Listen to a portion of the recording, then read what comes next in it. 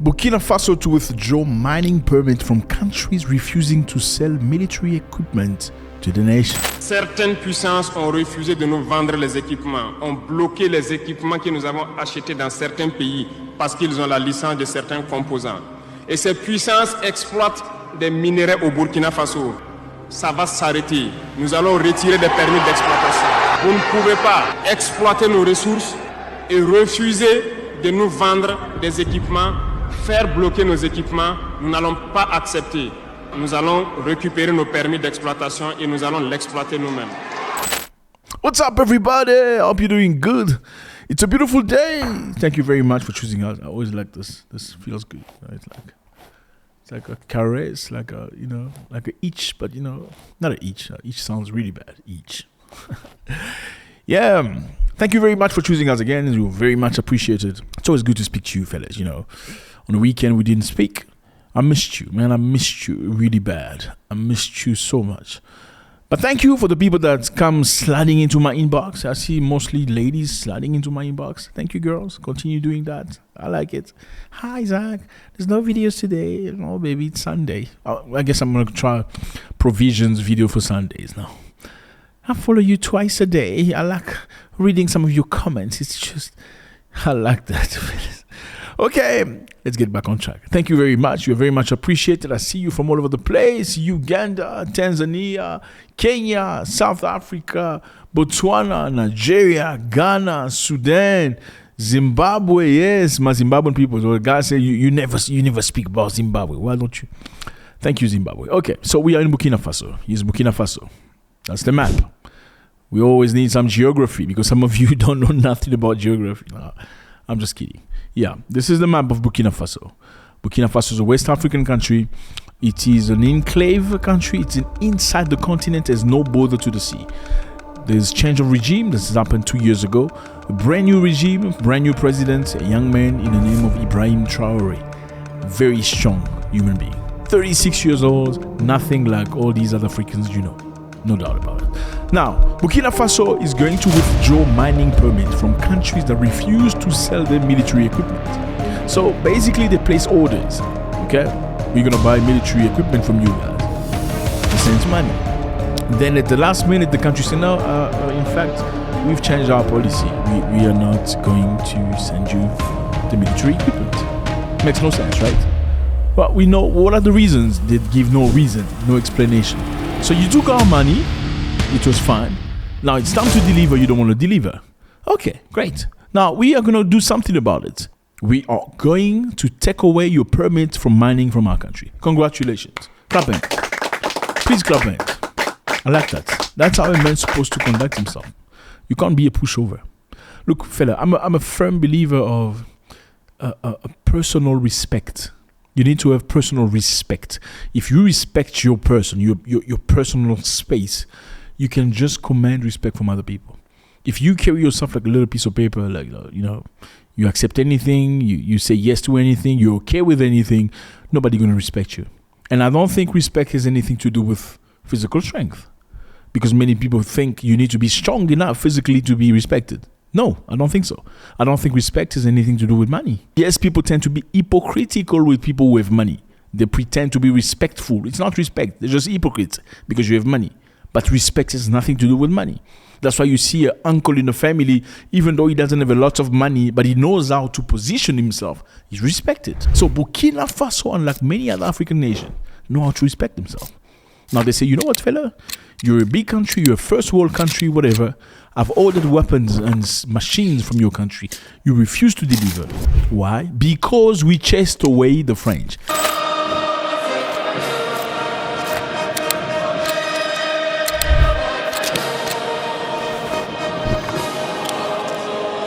Yeah, that's the truth, fellas. So this is what's happening. Burkina Faso, give you context. Burkina Faso was run by the French for many, many years. They were colonized by France for many years. They were beaten up like really, really bad. In the 1960s, they got independence like many African nations. Now the French told them, okay, you little Burkina Faso people, now you can run yourself. You got enough maturity. I think we beat you enough. Now you can run your own country. Then we're gonna leave. But they didn't really leave because then they chose puppets to run the country. So basically, those puppet presidents will do anything to fulfill the French goals into the country. The economy of the country was still by the balls by the French. Now, the Burkinabe people were tired. They've had enough. They toppled the president because the fact that the president was not working for the interest of the Burkinabe people, but was working for the interest of the French. Burkina Faso is a rich country. They have a lot of gold. And many European and Americans and Canadians and Australians come to Burkina Faso to mine gold. And now they say, you know what? No more relationship with you guys. Now, when the French left Burkina Faso, they made them sign a piece of paper. The piece of paper said, okay, even though we're giving you independence, we are going to keep some of our soldiers here in your ground. They're going to be here. It's nothing, bad. It's just friendship. Now, Burkina Faso also, for some time, the French said, we are going to help you fight terrorists in your country. Now, many years after, even though French people were trying to help them fight terrorists, terrorism was not ending. In a matter of fact, it seemed like the terrorists were getting stronger and stronger, like getting more equipment. But I got France on my side. They're supposed to be my friend. They're supposed to be a powerful country, a military nation, whatever you call it. How come my enemies are not getting super drones where they can see things appropriately? How come my enemies have much more intelligence? How come my enemy knows exactly where to strike? It's felt very fishy.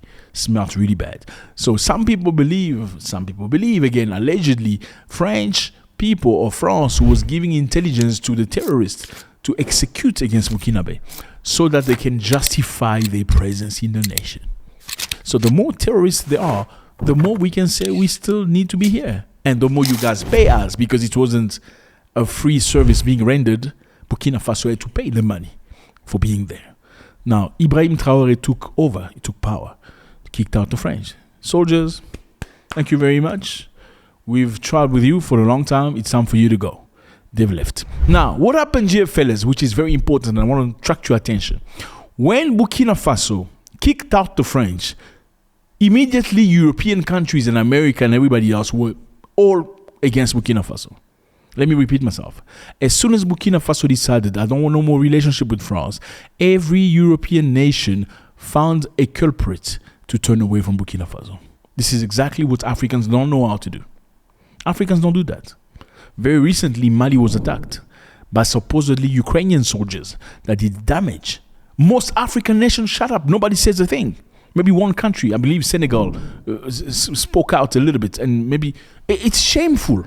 No one said, okay, because you guys, from your country, you have issues with Russians. Instead of resolving your issue with Russians in your country, you're coming to Africa to unalive African people because you want to get to Russians. This is unacceptable. Don't do it here. Only Senegal opened the mouth.